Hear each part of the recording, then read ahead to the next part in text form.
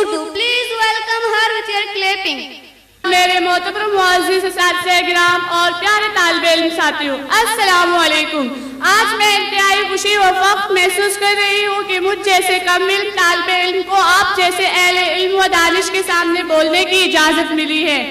آج یہاں پر educational culture programme منعقد کیا گیا ہے، جس کے لیے میں اپنے ٹیچرز اور KPS کاٹور پولٹری سروس کا شکریہ ادا کرتی ہوں کہ جن کے تعاون سے ہم طلبہ اپنے ٹیلنٹ کو پرواں چڑھاتے ہیں اور ہمارے اعتماد میں اضافہ ہوتا ہے۔ معاشرے میں قابل عزت ہوتے ہیں وہ لوگ جو کہ سماجی اور تعلیمی سرگرمیوں کا انعقاد کرتے ہیں، جیسے کہ ہمارے ٹیچرز، اور قابل فخر اور قابل تحسین ہوتے ہیں وہ لوگ جو ان سماجی اور تعلیمی سرگرمیوں کی مالی معاونت کرتے ہیں، جیسے کہ KPS کے روح رواں سر قادر بخش بلوچ۔ اگر ہم تاریخ پر نگاہ ڈالتے ہیں تو ہمیں عورت کا کوئی خاص مرتبہ دکھائی نہیں دیتا۔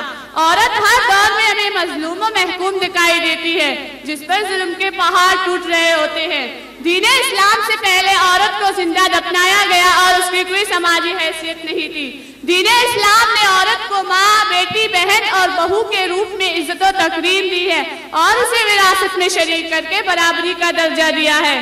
دین اسلام میں عورت کو اپنے فیصلے کرنے کا حق حاصل ہے اور اسے تعلیم حاصل کرنے کے لیے بھی کہا گیا ہے تاکہ وہ معاشرے کا فعال رکن بن سکے۔ اس لیے ہمیں عورتوں کی بہت ساری ایسے مثالیں ملیں گی جو کہ اسلامی معاشرے میں فعال کردار ادا کر رہی تھی۔ جب ہم بلوچ تاریخ کا جائزہ لیتے ہیں تو وہاں پر بھی ہمیں بلوچ عورت کی عزت و تکریم ملے گی، اور تاریخ بتاتی ہے کہ بلوچ عورت انتہائی فعال اور خود مختار رہی ہے۔ مہر گڑھ کے اوراق سے پتہ چلتا ہے کہ زراعت کی بنیاد بلوچ عورت نے ڈالی اور معاشی لحاظ سے مرد کا غلام نہیں تھا۔ بلوچ کی تاریخی و عشقیہ شاعری بھی اس بات کی دلیل ہے کہ ہم نے کبھی بھی عورت کو قید نہیں کیا، بلکہ اسے اپنے فیصلوں میں خود مختار رکھا ہے تاکہ وہ معاشرے کا فعال رکن بن سکے۔ اب سوال یہ بنتا ہے کہ آج کا بلوچ عورت معاشرتی اور سیاسی و تعلیمی سرگرمیوں میں کس مقام پر کھڑی ہے؟ کیا ہم نے اسے فیصلوں میں خود مختار رکھا ہے؟ کیا ہم نے اسے شریک گفتگو کیا ہوا ہے؟ میں نہیں جانتی کہ آپ مرد حضرات کا اس بارے میں کیا جواب ہے، مگر میں یہ جانتی ہوں کہ آج کا بلوچ عورت تاریخ کے مقابلے میں زیادہ محکوم و مظلوم ہے اور وہ مرد کا پابند ہے۔ نہ اسے اظہار رائے کی آزادی حاصل ہے، نہ ہی معاشی سرگرمیوں کی۔ فیصلوں کے معاملے میں خود مختاری تو دور کی بات ہے، ہمیں تو صحیح معنوں میں تعلیم حاصل کرنے کی اجازت نہیں، تو بھلا ہم کیسے دیگر اقوام کا مقابلہ کریں گے؟